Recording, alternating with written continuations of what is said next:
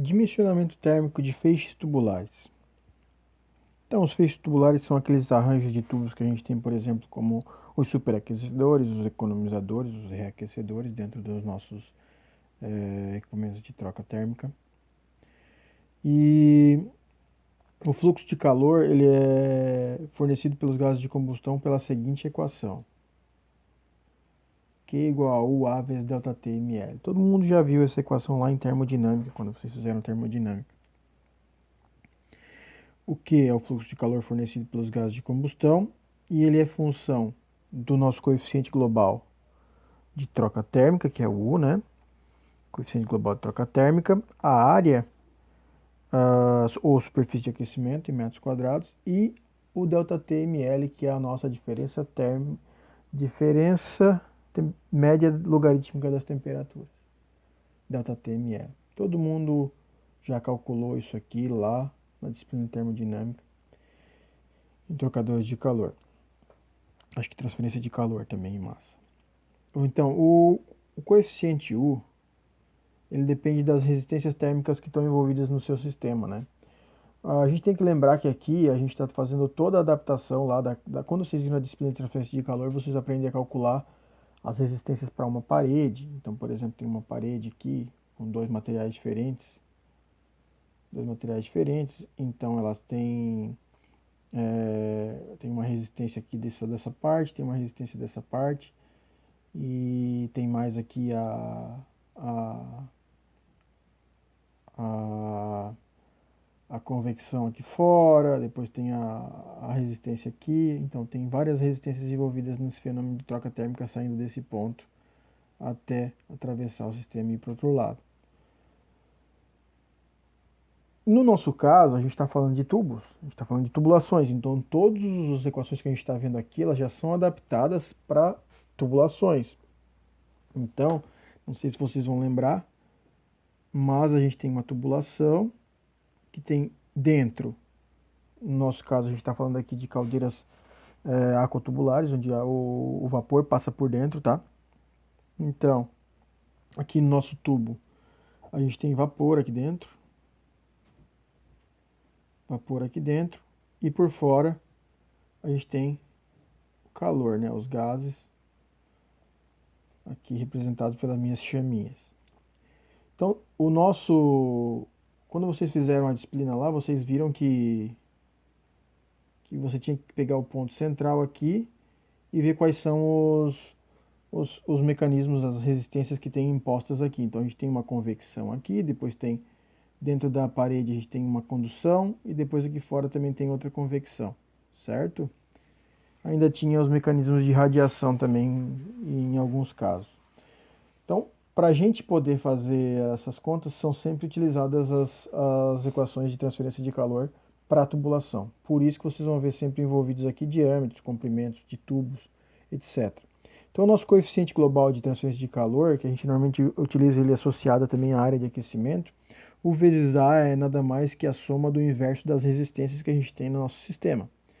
E aqui a gente vai representar aqui como R1, R2, R3, né? Considerando que a gente tem aí o de dentro para fora, a gente vai ter aqui o R1 como sendo como π DI, que é o diâmetro interno da tubulação, vezes L. Deixa eu circular para vocês aqui o que eu estou falando. R1 é 1 sobre π vezes o diâmetro interno da tubulação do meu feixe tubular, vezes o comprimento desse tubo, vezes o coeficiente aí de transferência de calor por convecção, que a gente tem dentro do tubo o quê? Vapor ou água, né? Então é convecção interna. Para o R2, a gente está falando de condução entre a parede interna do meu tubo e a parede externa do meu tubo que eu tinha desenhado lá. Tá aqui o meu tubo e a gente está falando agora dessa região aqui. A transferência de calor da parte interna para a parte externa. E ela é Ln do diâmetro externo dividido pelo diâmetro interno sobre 2π vezes o comprimento do tubo vezes o K do material, KT. que é o coeficiente de condutibilidade térmica do tubo, nesse caso. Por fim, a gente tem a resistência 3, que é 1 sobre o diâmetro externo, vezes o comprimento do tubo, vezes o coeficiente externo de transferência de calor combinado aí, né? Então a gente está vendo três fenômenos, três resistências aqui: convecção, condução e convecção. Interno, no meio do tubo, e externo ao tubo.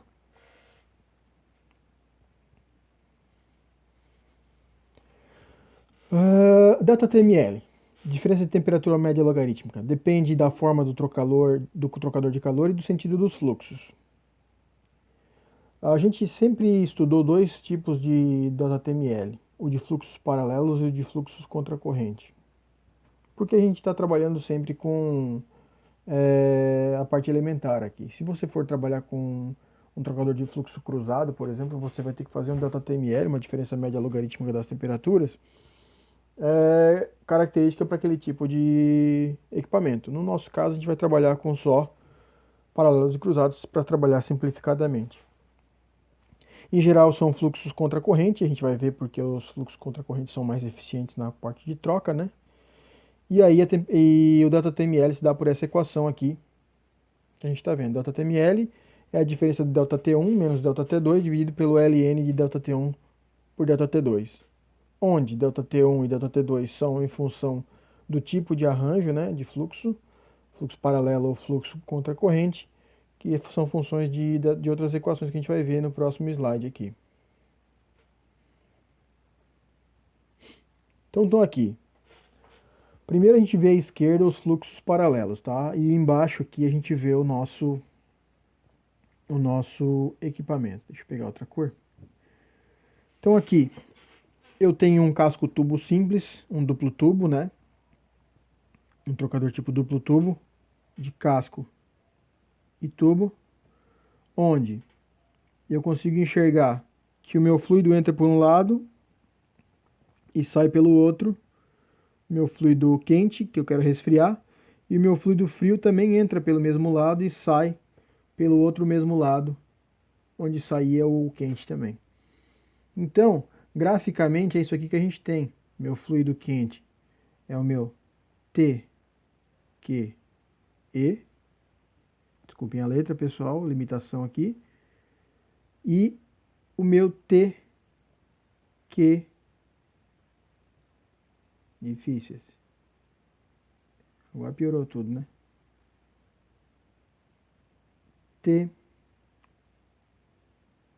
TQS. E aqui embaixo eu tenho meu fluido frio, TF, que entra, e meu T, fluido frio, que sai. Então, pessoal, para fluxos paralelos, eu preciso pegar esse delta aqui, esse ΔT, e esse vai ser o meu ΔT1. Vocês já deviam saber disso, porque vocês estudaram lá em termodinâmica. Vamos dar uma revisadinha rapidinho. E o meu ΔT2 está aqui, em função dessas duas diferenças aqui, que eu não vou conseguir escrever ali agora.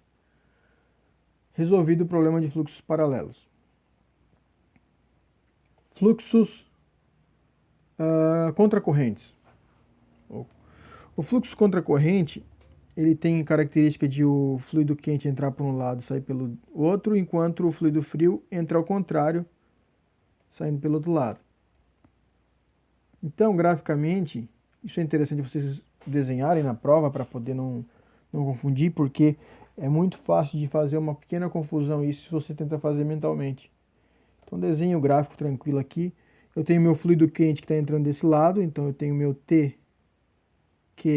quente que entra e meu T quente que sai, diferente do meu fluido frio que entra, meu fluido frio que sai. Então aqui meus ΔTs de novo. ΔT1 aqui, né? Entre esses dois pontos. ΔT2 aqui entre esses dois pontos. Resolvido. Qual é a vantagem do contracorrente em relação ao paralelo? Aqui, só reforçando do lado da disciplina. No fluxo paralelo, o meu fluido frio, por mais que ele aqueça, ele nunca vai conseguir ser mais quente do que o meu fluido quente que está vindo. Por mais que eu tenha uma boa troca, uma maior área de troca, o meu fluido quente nunca vai ser mais frio na saída do que o meu fluido frio na saída. Já no meu trocador contracorrente existe essa possibilidade. O meu fluido quente consegue chegar numa temperatura mais fria do que a temperatura do que o meu fluido frio de resfriamento chegou. Então tá aqui, ó. Ele conseguiu esfriar mais do que o fluido frio saiu. Então essa é a vantagem, ele é mais eficiente. Entendidos como a gente verifica as temperaturas do ΔTml, a gente já tem condição de calcular lá o nosso quê? Nosso fluxo total de calor para as resistências. Então, as resistências térmicas. A resistência térmica interna está associada ao mecanismo de convecção da água, né? Internamente, a gente não tem só o vapor que está dentro do tubo, e internamente a gente não tem luz. A gente não tem, se não tem luz, a gente tem muito pouca radiação. Então, o mecanismo majoritário de troca ali vai se dar por convecção. E o coeficiente de convecção para água, ou para mistura, água em ebulição, ele é muito alto. Então ele não vai influenciar muito quando é água em ebulição, mas quando é vapor, o HI, esse coeficiente de convecção, ele tem que ser considerado para a gente trabalhar. Então, sempre calculem a resistência térmica de tubulações que contêm vapor dentro. Senão você pode até desprezar aquela resistência. Porque lá na continha, deixa eu achar aqui para vocês. Lá na continha, o meu H, ele fica aqui embaixo. Ele fica aqui embaixo, né? Na verdade é o interno aqui. Se eu tenho um valor muito grande aqui, eu vou ter um R muito pequeno, certo? Então, quando eu tenho temperatura em ebulição, esse H aqui, que a gente viu, ele é muito alto. Então a gente pode até desconsiderar. Mas no caso de vapor, no caso de trocadores, por exemplo, superaquecedores, esse efeito tem que ser considerado. O coeficiente interno de transferência de calor por convecção, ele pode ser calculado por essa equação aqui, né? Onde o nosso HF, desculpa, o nosso KF é o coeficiente de condutibilidade térmica do tubo, do fluido, desculpa, dividido pelo diâmetro interno do tubo, e ainda multiplicando o número de Nusselt. O número de Nusselt vai começar a aparecer agora. Ele também vai ser função muito do que você está olhando, se está por dentro do tubo, se está por fora do tubo, quais são as velocidades, etc.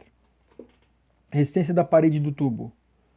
Pouco interfere no cálculo de fluxo de calor, porque tem uma resistência pequena, né? Normalmente é um metal, e o metal ele tem uma boa condutibilidade térmica, pouca resistência, mas é importante para determinar o perfil de temperatura da parede. A gente precisa saber quais as temperaturas interna e externa da parede muitas vezes.